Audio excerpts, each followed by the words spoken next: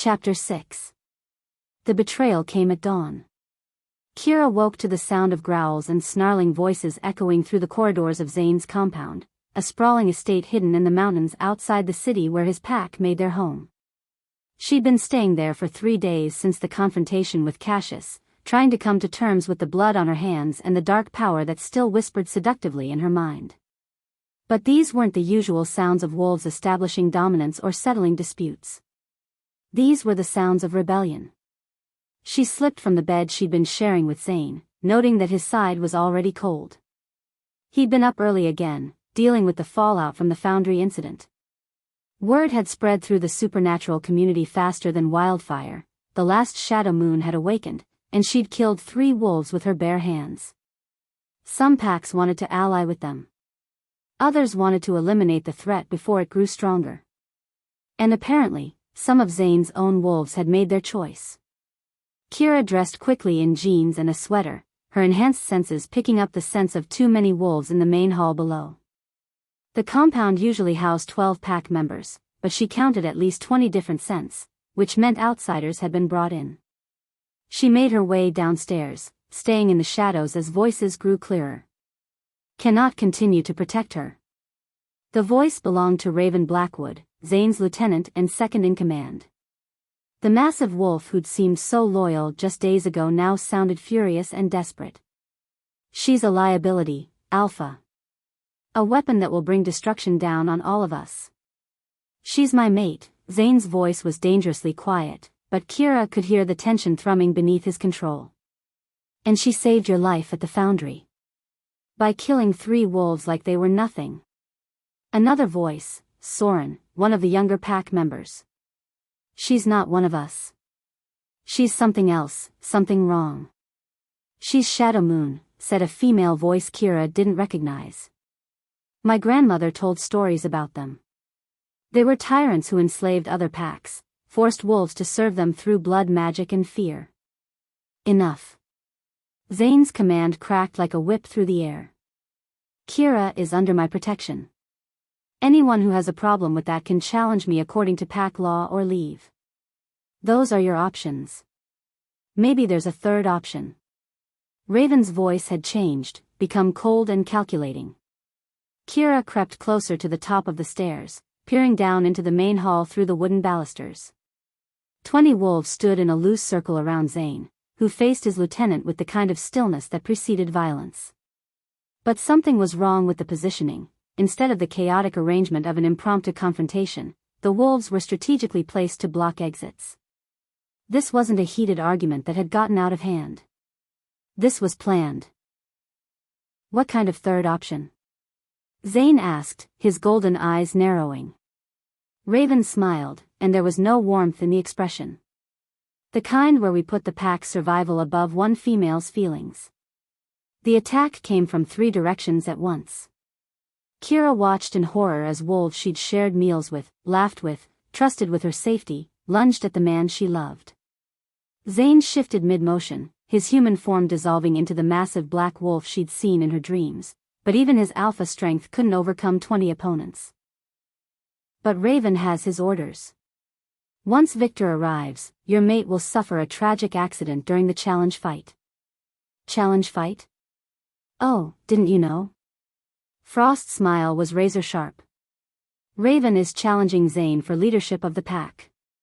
It's perfectly legal under werewolf law. If the alpha falls in combat, the challenger takes control. Of course, most alphas don't go into such fights already weakened by battle and... He held up a small vial filled with dark liquid. Wolfsbane, Kira whispered. The concentrated variety. Just a few drops in a wound, and even an alpha becomes as weak as a newborn pup. Ember took the vial and tucked it into his jacket. Victor wants Zane alive long enough to watch you submit to a new master. Then they'll both die, and Victor will claim this territory along with his prize. White-hot rage flooded Kira's system, so intense it made the silver burns feel like gentle warmth in comparison. The power she discovered at the foundry stirred beneath her skin, pushing against the constraints of the silver cage like a caged animal testing its bonds. You made a mistake, she said quietly. Did we? Frost leaned back in his chair. You're trapped in a cage specifically designed to hold Shadow Moon wolves. Your mate is about to be poisoned and killed. Victor will be here within the hour to claim you. What mistake did we make? Kira met his pale eyes steadily. You assumed the cage would hold me. Above them, she heard new sounds, the rhythmic clash of claws against claws, the distinctive snarls of an alpha challenge. Raven had made his move. But there were other sounds too. Sounds that made her heart sink. Zane's pained whimper as something, probably the wolfsbane, hit his system. The triumphant howl of a challenger sensing victory. The encouraging growls of pack members who'd chosen their side. The man she loved was dying, and she was trapped like an animal. The rage building inside her found a new target, not just Cassius and his wolves, but the silver cage itself. Every bar, every lock, every molecule of the metal that dared to contain her while Zane suffered. Kira. Zane's voice drifted down from above, weaker than she'd ever heard it. I'm sorry. I should have protected you better. Save your strength, Alpha, Raven's voice carried clearly through the compound. You'll need it for what comes next. The sound of claws raking across flesh. Zane's sharp intake of breath. That was when something inside Kira snapped. The power that had been whispering seductively in her mind since the foundry suddenly roared to life with the force of a hurricane. It poured through her veins like molten gold, seeking an outlet, demanding release. The silver cage that had been designed to contain Shadow Moon wolves had been built to restrain the previous generation, wolves who'd hidden their nature, who'd tried to live as humans, who'd never fully embraced what they were. It had never been tested against a Shadow Moon in full fury. Kira rose to her feet, and the silver that had been burning her skin now felt merely warm. The mesh that had been dampening her abilities was suddenly as permeable as air. That's impossible, Ember breathed, rising from his chair. The silver should. Kira grabbed the nearest bar and crushed it in her bare hand. The metal crumpled like paper, the sound echoing through the stone chamber like a gunshot. Both wolves scrambled backward, their pale faces going white with terror. The silver, Frost stammered, it should be burning you. It is. Kira's voice carried harmonics that made the stone walls vibrate. I just don't care anymore. She pulled the cage apart with her bare hands, silver mesh tearing like gossamer. The locks didn't just break, they disintegrated under the force of her grip. Within seconds, she stood free in the center of the ruined cage, power crackling around her like visible electricity. Frost lunged at her with supernatural speed, claws extended. Kira caught him by the throat and lifted him off his feet with one hand. The casual display of strength made Ember whimper and press himself against the far wall. Where is Cassius? She asked conversationally. He's not. Frost choked out. Kira's fingers tightened slightly. Wrong answer. Approaching from the north. Ember shouted. He'll be here in 20 minutes with a full strike force. Thank you. Kira snapped Frost's neck with a quick twist of her wrist, then turned to Ember with a smile that held no warmth. You can go. What? Run. Tell your master that I'm coming for him. Tell him what you saw here. Tell him that cage and silver and poison won't save him when I find him. Ember didn't need to be told twice. He fled through the door, his footsteps echoing as he raced for the compound's exit. Kira followed more slowly, the power still coursing through her system like a drug. She could hear everything happening above, Zane's labored breathing, Raven's confident taunts, the excited murmurs of pack members who thought they were watching their alpha's final moments. The stairs leading up from the dungeon were carved stone, each step worn smooth by decades of use. Kira climbed them with deliberate care, feeling the ancient stones crack slightly under each footfall. She reached the main level to find the hall transformed into an arena. Furniture had been pushed aside to create a fighting circle, and pack members ringed the space, their eyes fixed on the two wolves grappling in the center. Zane, even weakened by poison, was still magnificent. His black fur was matted with blood, and his movements had lost some of their fluid grace, but he fought with the desperate fury of an alpha protecting his mate. Raven was larger, fresher, and uninjured. Worse, he fought with the confidence of someone who knew the outcome was predetermined. Every few moments, his claws would rake across Zane's flanks, and the wounds would take longer to heal than they should. The wolfsbane was doing its work. "You were a good alpha once," Raven said, his words carrying clearly in his half-shifted form. "But she made you weak. Made you choose her over the pack." Zane's response was a snarl that spoke of pain and defiance. "When this is over," Raven continued, circling like a shark scenting blood, "I'll make her death quick. It's more mercy than she deserves, but I'm not a monster. You won't touch her." The words came from the doorway, and every head in the room turned toward Kira. She stood silhouetted in the entrance, power radiating from her in waves that made the air itself seem to shimmer. Her clothes were singed from the silver, her skin marked with burns that were already healing, but her eyes blazed with golden fire that put Zane's to shame. "Impossible," someone whispered. "She was in the silver cage. The cage is gone." Kira's voice carried to every corner of the room, rich with harmonics that spoke directly to the wolf in each listener. "Just like everyone who tries to hurt what's mine." Raven backed away from Zane, his confidence evaporating. "You're too late. The challenge is almost over." "No." Kira stepped into the circle, and several pack members involuntarily retreated. "It's just beginning." The transformation hit her like a tidal wave. But this wasn't the controlled shift she'd seen other wolves manage. This was something primal and devastating, power given form and fury. Her human shape dissolved, but what emerged wasn't quite wolf and wasn't quite human. It was something in between, something that had never existed before. She stood 7 feet tall, her body a perfect hybrid of human intelligence and lupin predator. Silver fur-covered muscle and sinew that rippled with barely contained power, and her eyes burned like twin suns. "Dear God," someone breathed. "What is she?" "Evolution," Kira said, her voice now a sound that made the walls tremble. "I'm what happens when you push a shadow moon too far."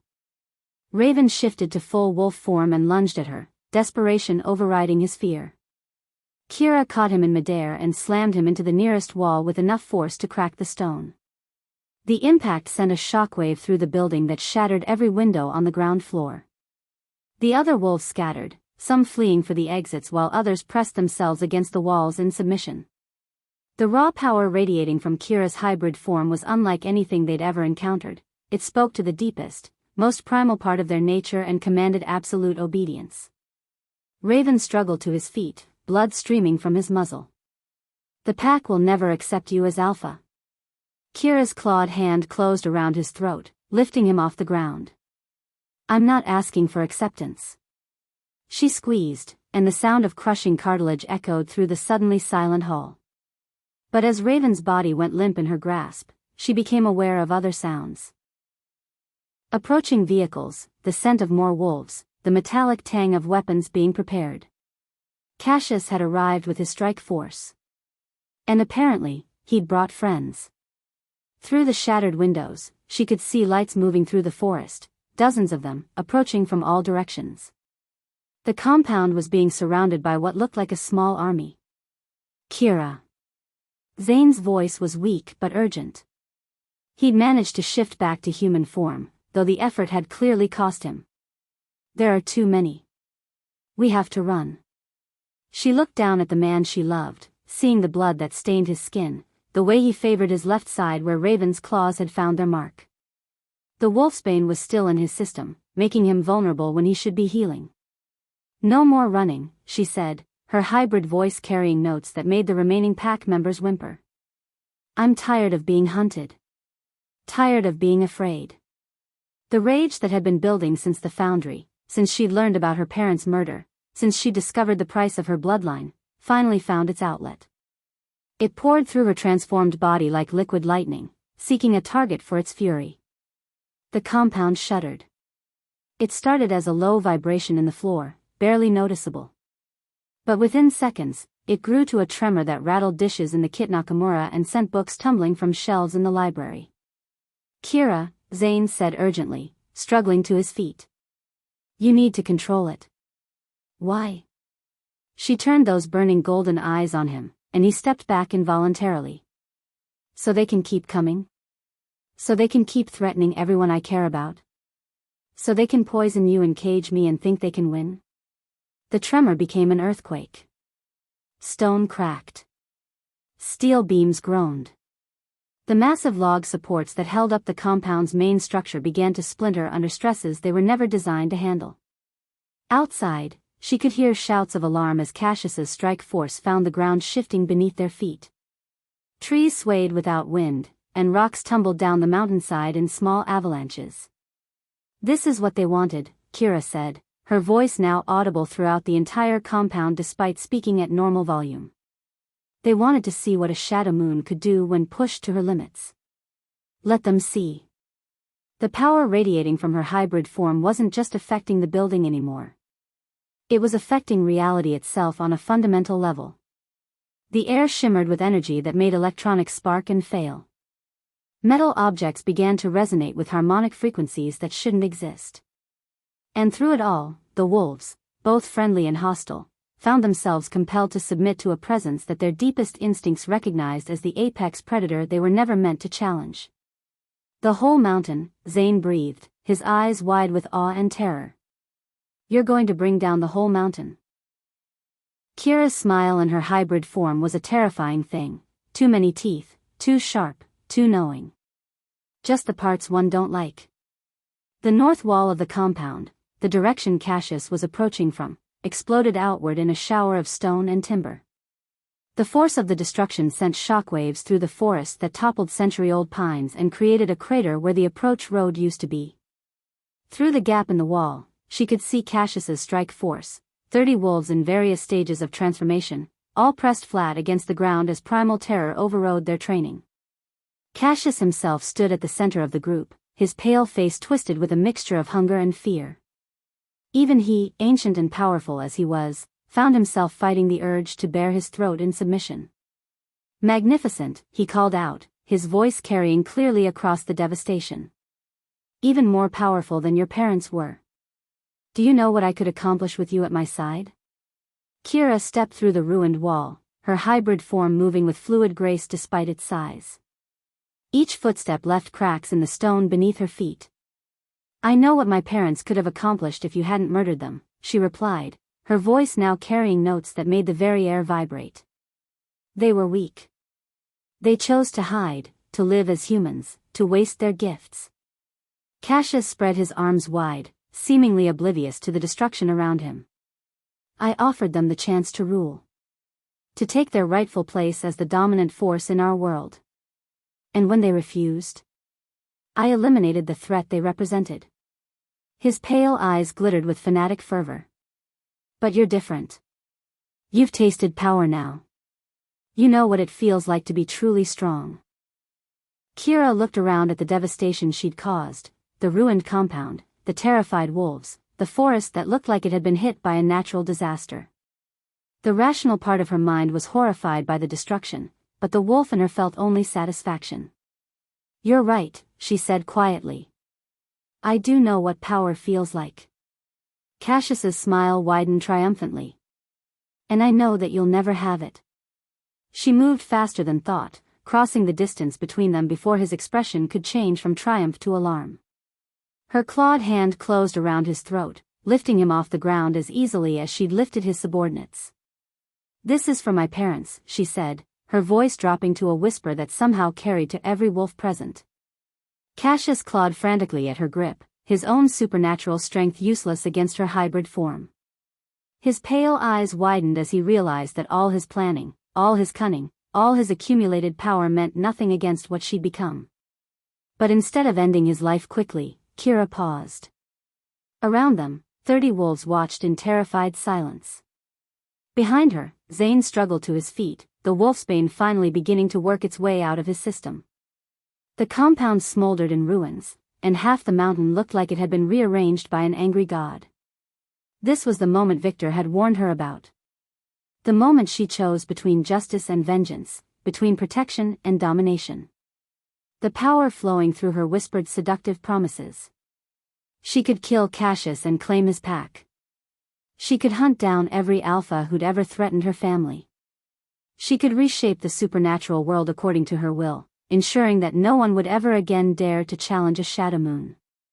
All she had to do was squeeze a little harder. Kira.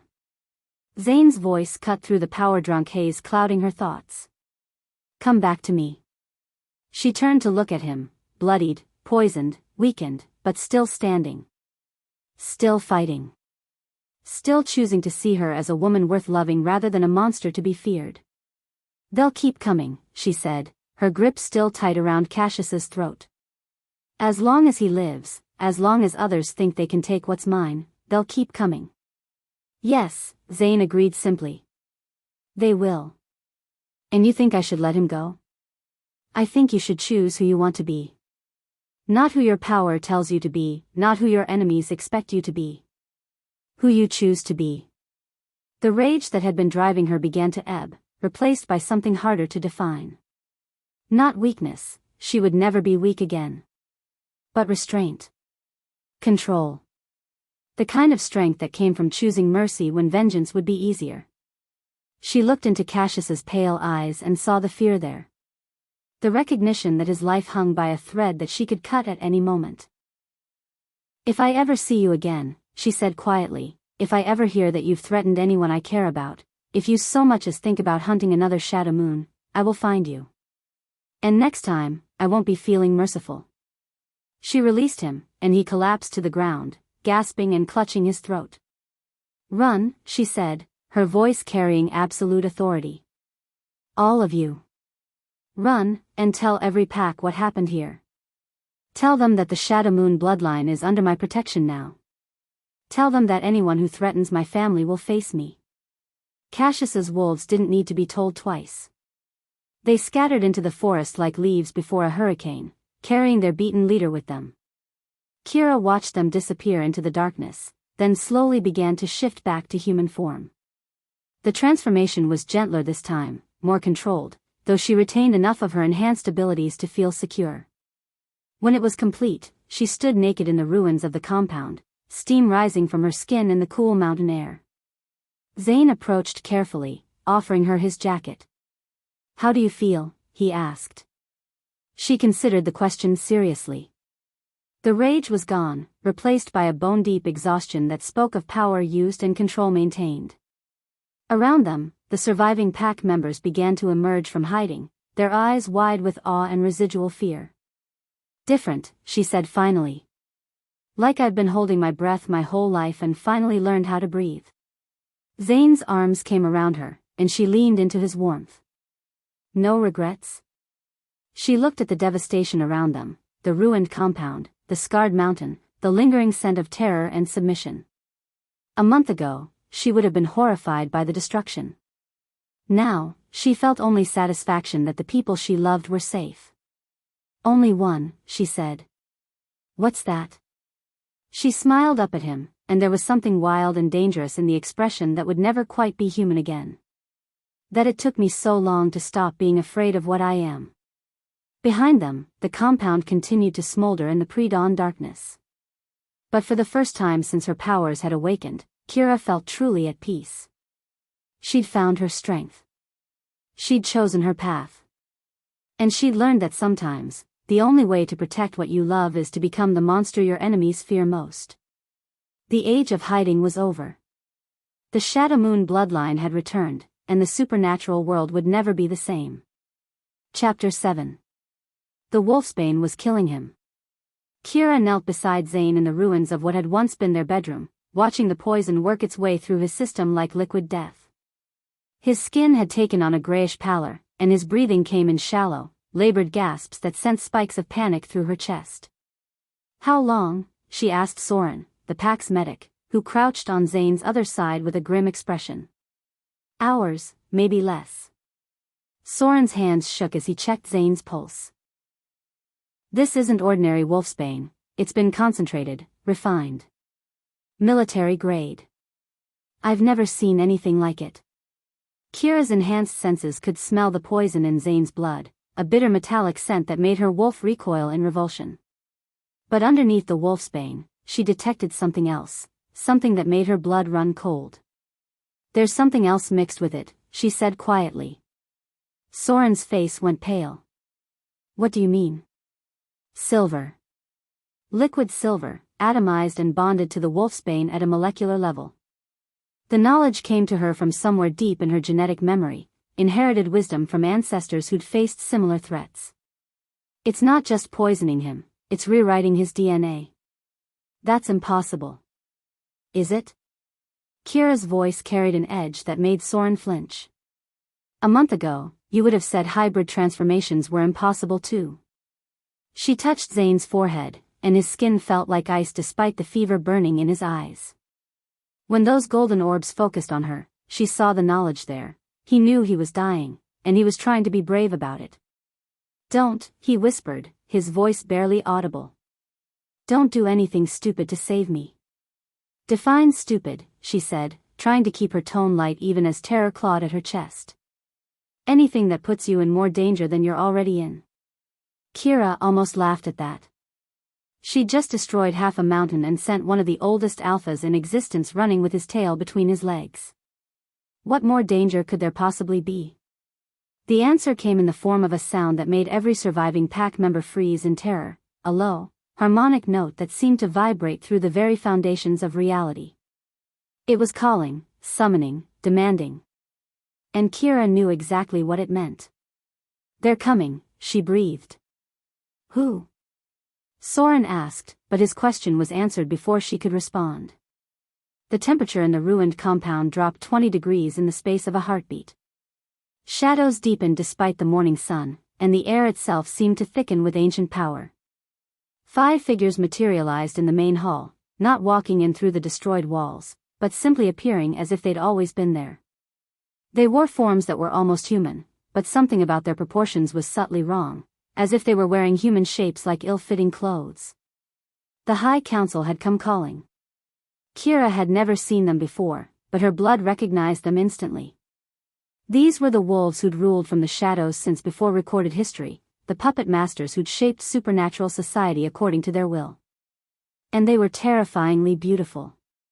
The one in the center stood nearly 7 feet tall, with silver hair that moved without wind and eyes like chips of Arctic ice. His presence radiated such authority that even in her grief and rage, Kira felt the urge to bare her throat in submission. Kira Nakamura, he said, and his voice carried harmonics that made the broken stones around them resonate. Last daughter of the Shadow Moon bloodline. You've caused quite a disturbance. Have I? She rose from beside Zane's prone form, placing herself between him and the council members. I was under the impression I was defending myself. Defending?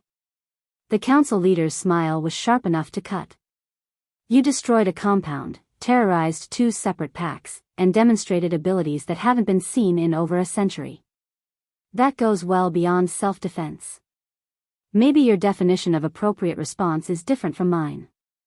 A second council member, a woman whose beauty was so perfect it was disturbing, stepped forward. We are Thessarian, first of the council. This is Valdris, keeper of laws. She gestured to the leader, then to the others. Morvain, master of territories. Zephyra, guardian of bloodlines. And Kronos, the executioner. The title sent a chill down Kira's spine, but she kept her expression neutral. Lovely. Should I be impressed? You should be careful, Thessarian replied smoothly. We've come to offer you a choice, child. A chance to avoid the fate that befell your ancestors. My ancestors were murdered by Cassius Draven. Cassius was merely the weapon, Valdris said, his Arctic eyes never leaving her face. We were the ones who decided the Shadow Moon bloodline had become too dangerous to continue. The casual admission hit Kira like a physical blow. You ordered their deaths. We ordered the preservation of the supernatural world's stability. Morvain spoke for the first time, his voice carrying the weight of millennia. Your bloodline represented a threat to the careful balance we've maintained for thousands of years. What threat? My parents were librarians. Your parents were the descendants of wolves who could mate with any alpha and produce offspring stronger than either parent. Zephyr's voice held a note of something that might have been respect. Children who could command the loyalty of multiple packs, who could unite the supernatural world under a single banner. That doesn't sound like a threat. That sounds like evolution. Evolution that would have upset the balance of power we've spent millennia establishing. Kronos spoke for the first time, and his voice was like the whisper of a blade across stone. Your ancestors didn't just create stronger wolves, they created a new species entirely. One that threatened to make traditional alphas obsolete. Kira felt pieces of a puzzle she'd never known existed clicking into place. That's why you had them killed. Not because they were dangerous to other packs, but because they were dangerous to you. Precisely. Valdris's smile held no warmth. The High Council exists to maintain order, to ensure that no single bloodline becomes powerful enough to challenge our authority. Your ancestors represented chaos. And now I do. Now you do, Thessarian agreed. Which brings us to why we're here. We're prepared to offer you something your ancestors never had, a choice. Kira glanced back at Zane, whose breathing had become even more labored. Whatever choice they were offering, she needed to make it quickly. What kind of choice? Join us, Valdris said simply.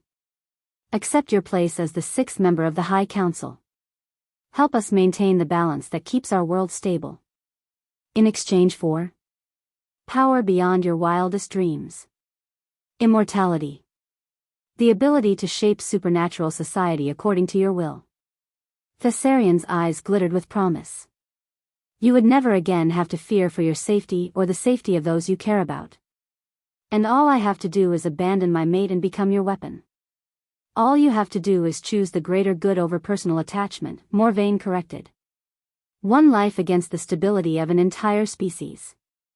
Kira looked down at Zane, seeing the way his hands had started to tremble as the poison worked deeper into his system. His golden eyes met hers, and she saw the love there, the acceptance, the willingness to die rather than see her compromise her principles.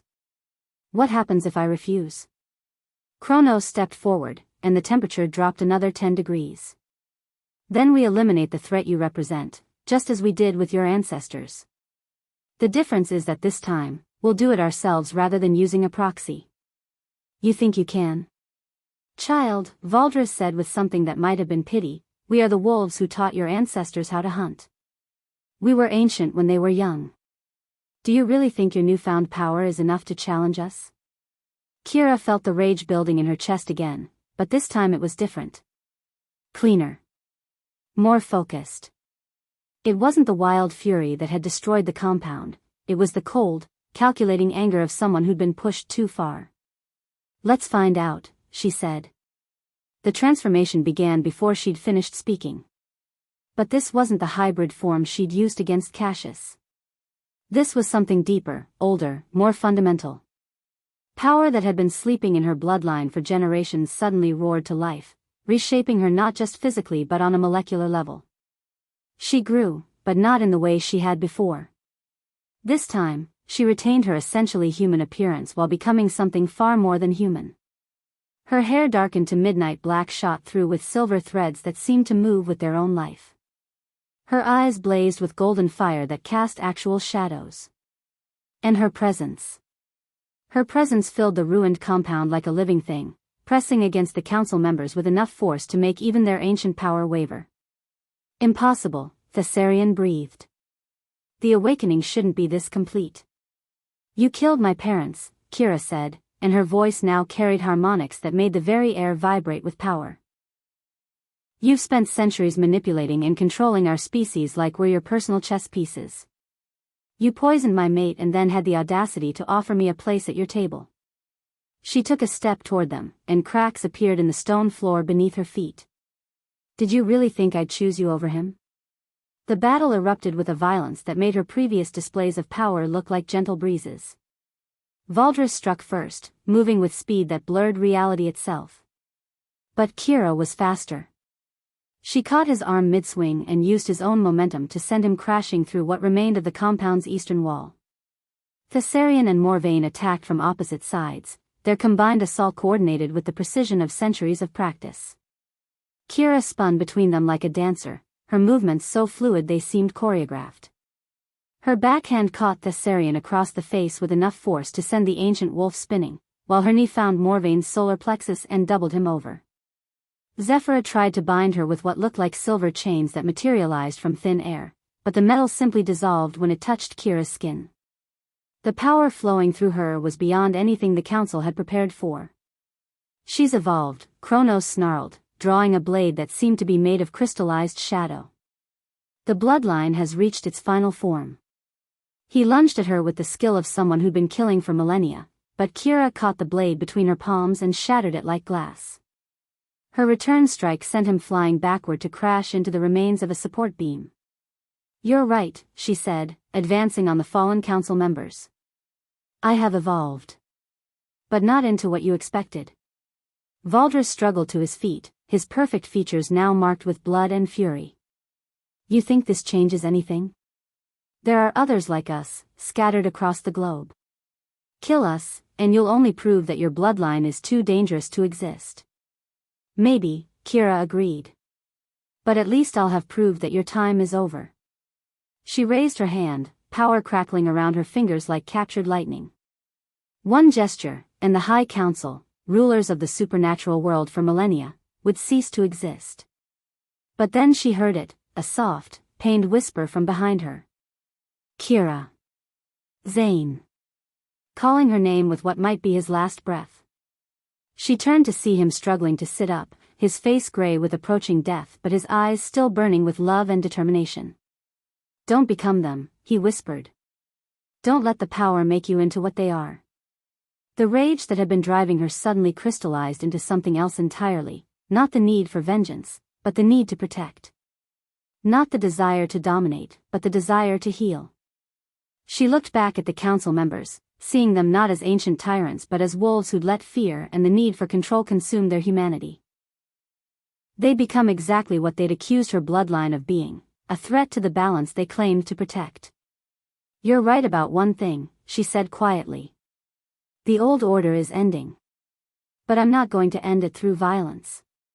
She knelt beside Zane and placed her hands on his chest, letting the power that had been crackling with destructive force flow into healing instead. The energy poured out of her like warm honey, seeking and neutralizing the poison in his bloodstream. The wolfsbane silver compound that should have been impossible to counteract simply dissolved under the touch of power that predated its creation by millennia. Within moments, color began returning to Zane's face, and his breathing deepened. "How?" Thessarian demanded. Shadow Moon power was never oriented toward healing. "Because you never understood what Shadow Moon power really was," Kira replied without looking up from Zane. "You thought it was about dominance, about control. But it was never about ruling others." She helped Zane sit up, steadying him as strength flowed back into his limbs. "It was about connection. About bringing out the best in others instead of forcing them into submission." She finally turned back to face the council. "My ancestors weren't trying to create super soldiers. They were trying to create a family." "Pretty words," Valdres snarled. "But power is power. You can't change what you are." "You're right. I can't change what I am." Kira rose to her feet, and the power radiating from her shifted yet again, not destructive, not commanding, but simply present. Like sunlight or gravity or any other fundamental force of nature. "I'm the daughter of wolves who chose love over fear, connection over control. I'm someone who'd rather heal her mate than rule a species." She looked at each council member in turn, seeing the fear and confusion in their ancient eyes. "But I'm also someone who won't let threats to my family go unanswered. So here's my counteroffer: leave. Now.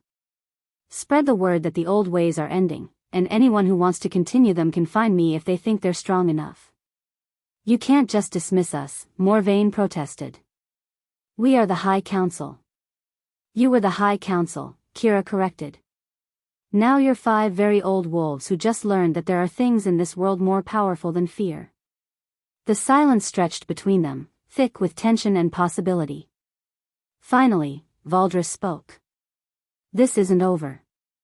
"No," Kira agreed. "It's just beginning. But it's beginning on my terms now, not yours." One by one, the council members began to fade, their forms dissolving back into shadow and mist. But just before Thessarian disappeared entirely, she spoke one last time. You think you've won, but you've only painted a target on your back. Every ambitious alpha, every power-hungry pack, every wolf who dreams of conquest will come for you now. You'll spend the rest of your life fighting. Kira's smile was sharp and beautiful and utterly fearless. Let them come. I'll be ready.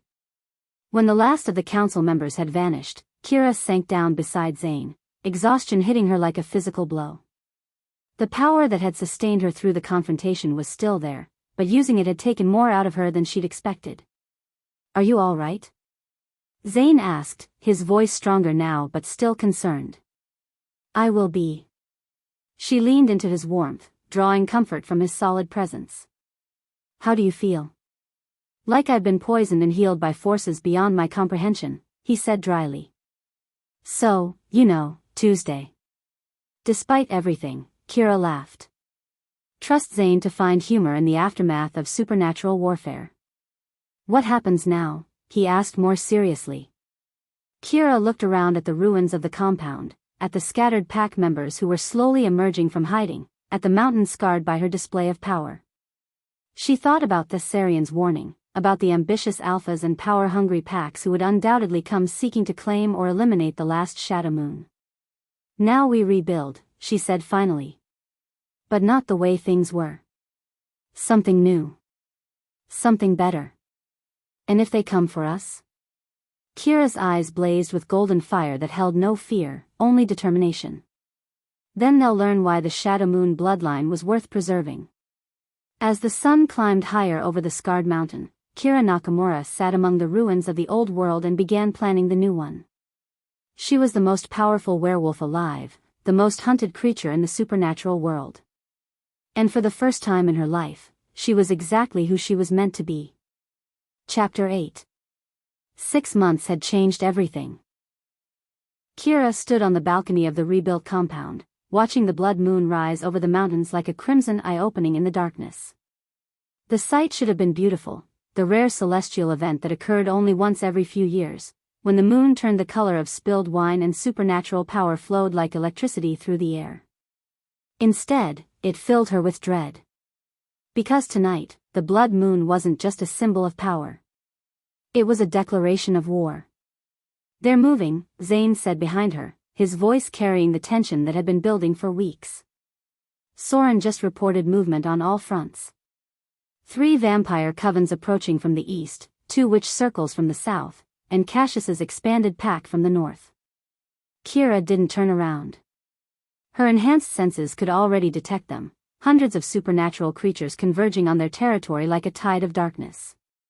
The scents were a nauseating mixture of old blood, ancient magic, and something else. Something that made her wolf recoil in disgust. He's using blood magic, she said quietly. What? Cassius. He's binding them together with blood magic, vampires, witches, and wolves who should be natural enemies, all united by spells that override their basic instincts. She finally turned to face her mate, seeing her own fears reflected in his golden eyes. That's why they're willing to work together. They don't have a choice. Zane moved to stand beside her, his warmth a comfort against the chill night air. In the 6 months since the confrontation with the High Council, he'd changed too. The experience of nearly dying had stripped away some of his arrogance, leaving behind a leader who ruled through wisdom rather than dominance. How many? She asked. 300, maybe more. And that's just the ones we can detect. His jaw clenched. He's been busy. Kira nodded grimly. She'd known this was coming, had felt it building like a storm on the horizon ever since word of the High Council's defeat had spread through the supernatural world. Some packs had sought alliance with them, drawn by the promise of a new order built on cooperation rather than fear. But others had seen only opportunity, believing that the last shadow moon could be captured, controlled, or eliminated. Cassius Draven had proven to be the most persistent of her enemies. Kira. A new voice joined them on the balcony, and she turned to see her sister approaching. But this wasn't the fragile human who'd been kidnapped 6 months ago. This was Yuki, because that's who she'd chosen to become after learning the truth about their world. The transformation had been her choice. After witnessing the supernatural battle that had nearly claimed her life, Yuki had demanded to know everything. And when she'd learned about their family's true heritage, about the dormant wolf genes that flowed in her veins too, she'd made a decision that had shocked everyone. She'd asked Zane to awaken her wolf. It had been a risk. Dormant bloodlines didn't always respond to the awakening bite, and failure could mean death or madness. But Yuki had been determined to stand beside her sister rather than hide behind her protection. The transformation had been successful, though different from Kira's dramatic awakening. Yuki's wolf was smaller, more subtle, but her enhanced senses and reflexes had made her a formidable fighter. More importantly, her strategic mind had helped them prepare for the war they all knew was coming. "The evacuations are complete," Yuki reported. "All non-combatants have been moved to the secondary shelters. Our allies are in position, and the defensive perimeter is holding for now." "And Ezra?" Kira asked about her brother-in-law. "Safe in the deep bunker with the other humans." Yuki's expression softened slightly. "He wanted to fight, but he's more valuable alive than dead." Kira's tone was matter-of-fact rather than cruel. They'd all learned to make hard choices in the months since her awakening. The sound of approaching footsteps announced the arrival of their war council, Soren, Nix, and half a dozen other wolves who'd proven themselves in the skirmishes that had been building toward this moment. Their faces were grim but determined. "Final count," Soren reported without preamble. 347 hostiles. 57 vampires, 43 witches, and the rest are wolves from various packs that Cassius has either conquered or coerced. "Our numbers?" Zane asked. 87, including the allied packs that answered our call. The odds were stark, more than 4 to 1 against them. But Kira had learned that raw numbers weren't everything in supernatural warfare. "What about the venue?" she asked. Nick stepped forward, his expression troubled. "That's unusual. Intelligence suggests they're planning to make their final push at the Grand Palladium Hotel." Kira's blood ran cold. The Grand Palladium, the same hotel where Yuki's wedding had taken place, where she'd first met Zane, where this entire journey had begun. He's making a statement, she realized. Starting and ending it in the same place. "There's more," Soren added reluctantly. "They've taken hostages. Wedding guests who were staying at the hotel for some corporate event. Cassius is using them as human shields." The cruelty of it hit Kira like a physical blow. Innocent people caught in a war they couldn't understand, used as pawns in a game of supernatural politics. "How many?"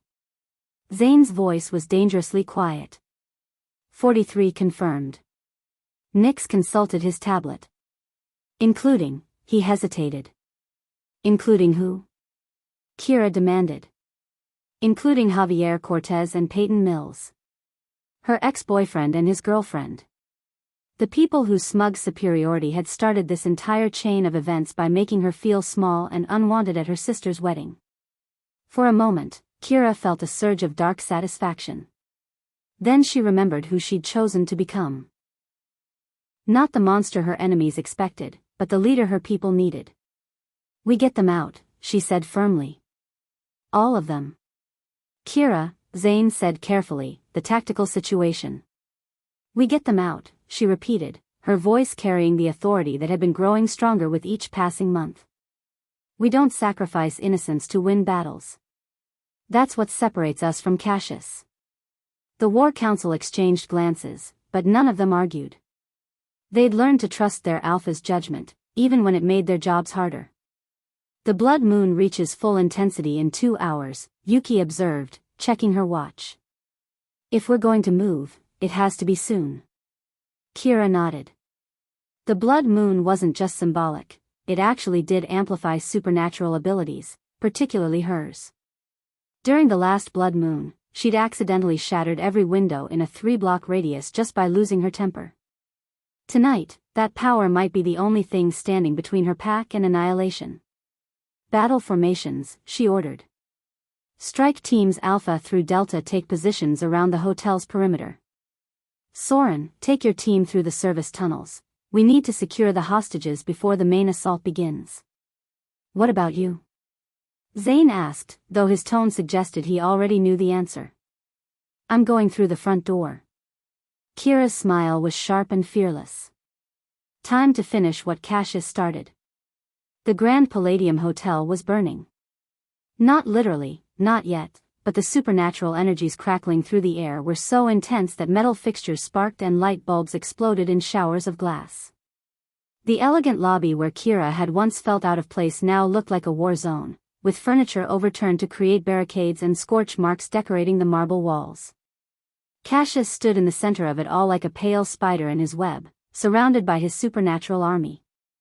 He'd changed in the months since their last confrontation. His platinum hair was longer, his pale skin marked with ritual scars that spoke of dark magic, and his eyes held a madness that made Kira's wolf recoil.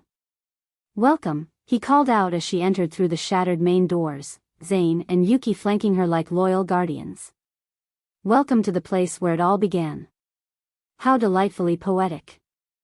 Let the hostages go, Kira said without preamble. This is between us. Oh, but they're such lovely decorations. Cassius gestured to the terrified humans huddled against the far wall, guarded by vampires whose fangs gleamed in the flickering light. And they provide such excellent motivation for you to cooperate. Kira's enhanced hearing picked up the rapid heartbeats of the hostages, the quiet sobs of fear, the whispered prayers of people who knew they were caught in something beyond their understanding. Among them, she spotted Javier and Peyton, both looking much less smug than she remembered. What do you want? She asked. What I've always wanted. Cassius began to circle her like a predator, his supernatural army moving with him in a coordinated dance of menace. Your power. Your bloodline. Your submission. You tried that before. It didn't work out well for you. But that was before I understood the true scope of what you represent. His pale eyes gleamed with fanatic fervor. Do you know what you did when you defeated the High Council? You didn't just eliminate 5 ancient wolves, you shattered the fundamental power structure that has governed our world for millennia. Kira felt a chill that had nothing to do with the night air. What do you mean? Every supernatural creature on Earth felt it when they died. Every vampire, every witch, every werewolf suddenly found themselves free of constraints that had bound them for thousands of years. Cassius's smile was sharp with triumph. You created chaos, little wolf. And chaos creates opportunity. Around the lobby, his army began to shift into more aggressive positions.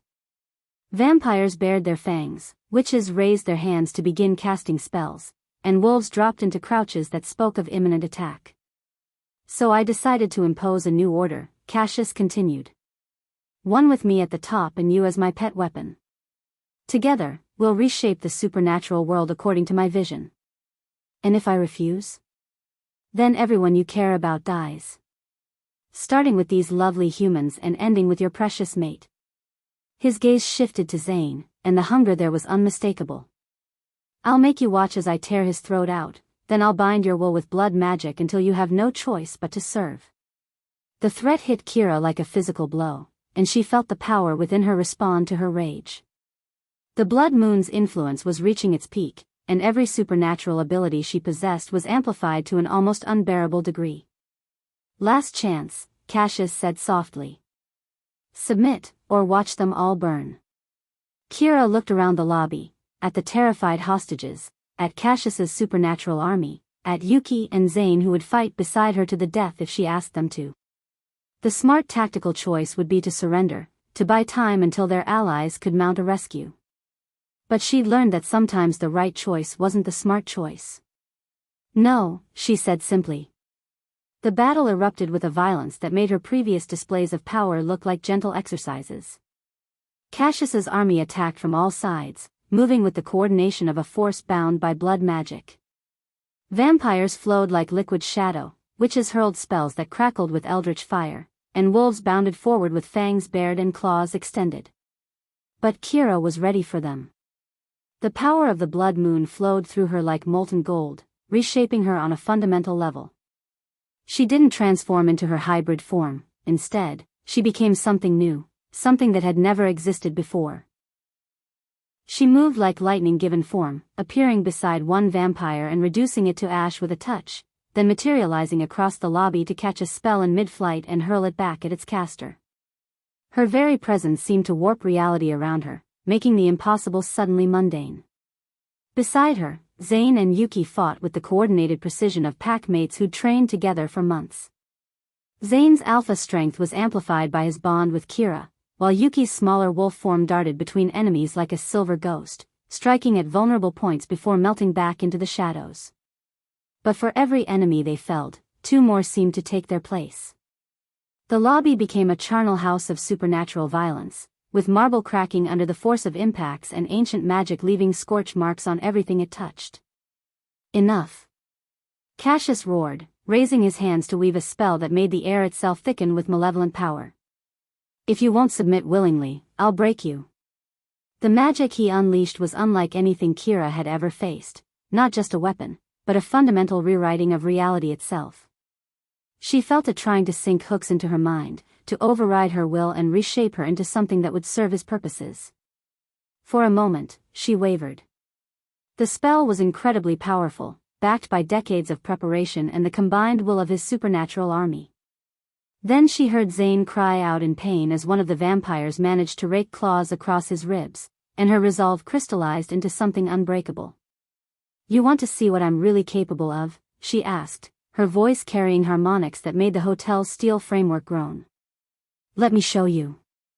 She reached deep into the well of power that was her birthright, not just the strength she'd awakened over the past months, but the accumulated potential of generations of Shadow Moon wolves who'd never had the chance to fully manifest their abilities. The power that flowed out of her was like nothing she'd ever experienced. It wasn't destructive, like her rage-fueled displays at the compound. It was creative, transformative, healing in its purest form. Every werewolf in the lobby, friend and foe alike, suddenly found themselves connected to her on a level that transcended pack loyalty or blood magic compulsion.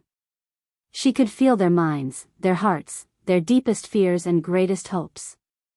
And in that moment of perfect connection, she made a choice that would change everything. Instead of using her power to destroy Cassius's army, she used it to free them. The blood magic binding the various supernatural creatures to Cassius's will simply dissolved under the touch of something purer and older.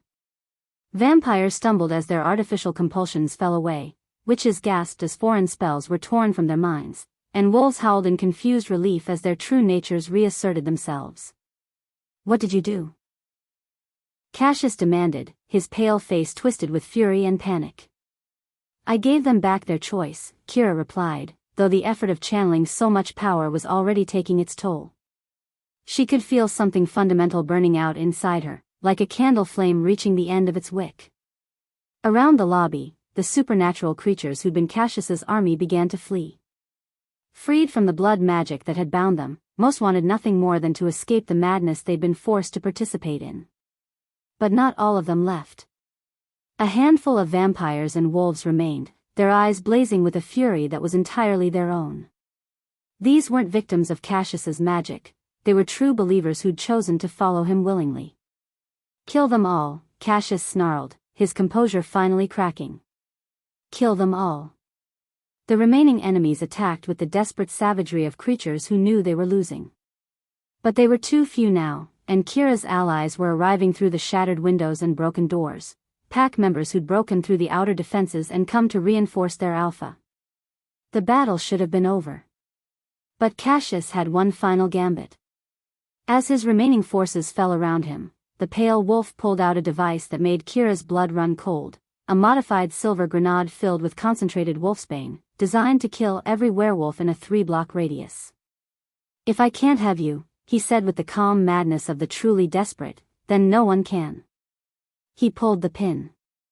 Kira had perhaps 3 seconds before the device exploded, spreading deadly poison through the air in a cloud that would kill everyone she cared about.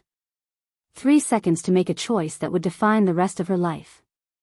She could use her remaining power to shield her pack, but doing so would burn out her abilities completely and permanently.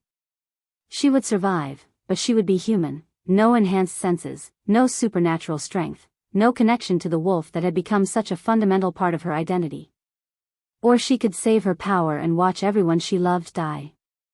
It wasn't really a choice at all. Kira threw herself over the grenade and wrapped her arms around it, using her body and her power to contain the explosion. The wolfsbane silver mixture that should have killed dozens instead found itself trapped within a sphere of energy that held it like a prison.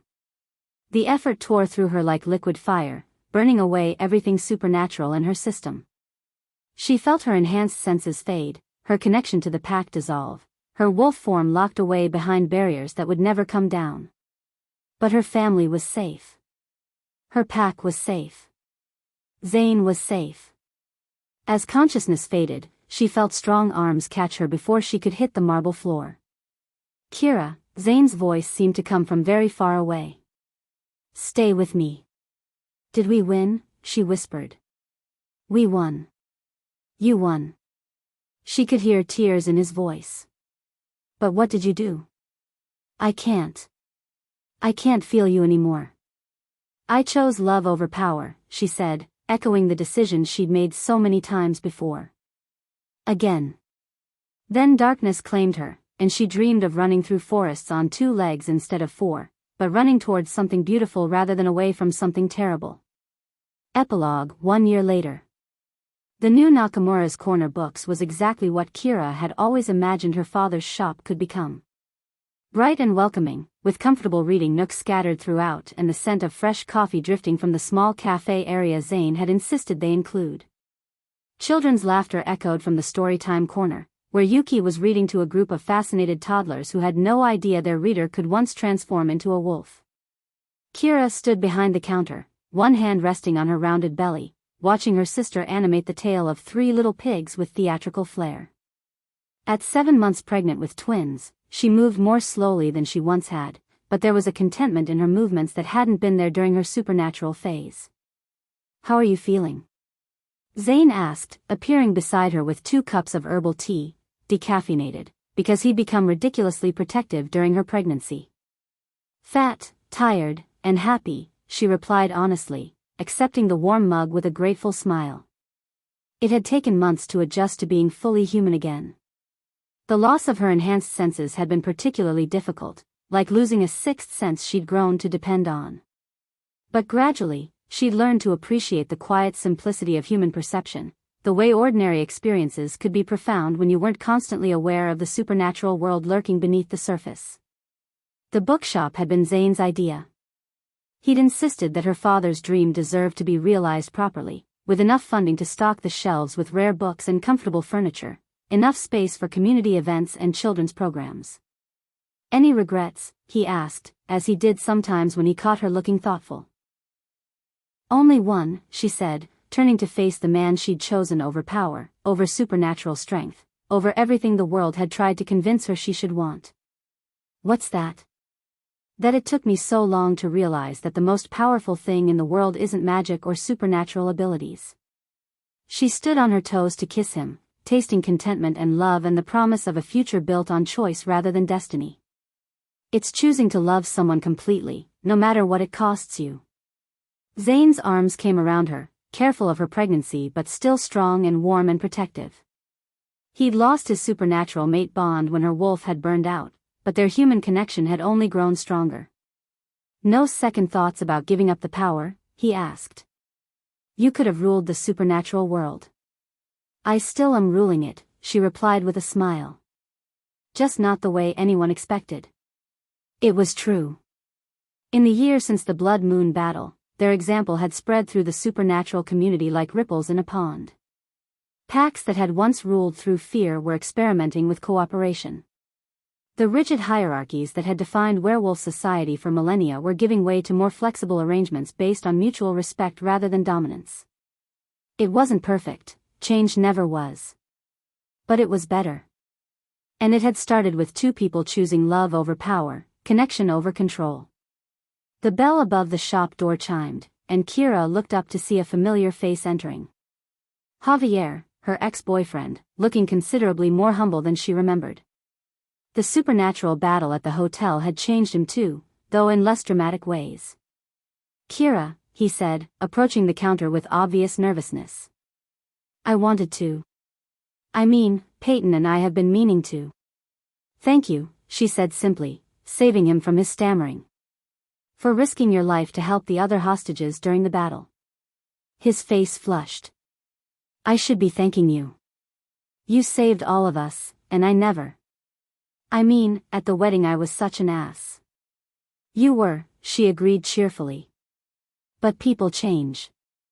I should know. He laughed, some of the tension leaving his shoulders. Peyton wanted me to invite you to our engagement party next month. She said after everything that happened, she wanted to start over. Be the kind of people who deserve friends like you. Kira felt a warmth in her chest that had nothing to do with supernatural power and everything to do with the simple human satisfaction of forgiveness offered and accepted. We'd love to come, she said. After Javier left, clutching a book on rebuilding relationships that Yuki had recommended, Kira found herself thinking about the strange journey that had brought her to this moment. A year ago, she'd been the most powerful werewolf alive, capable of reshaping reality with a thought.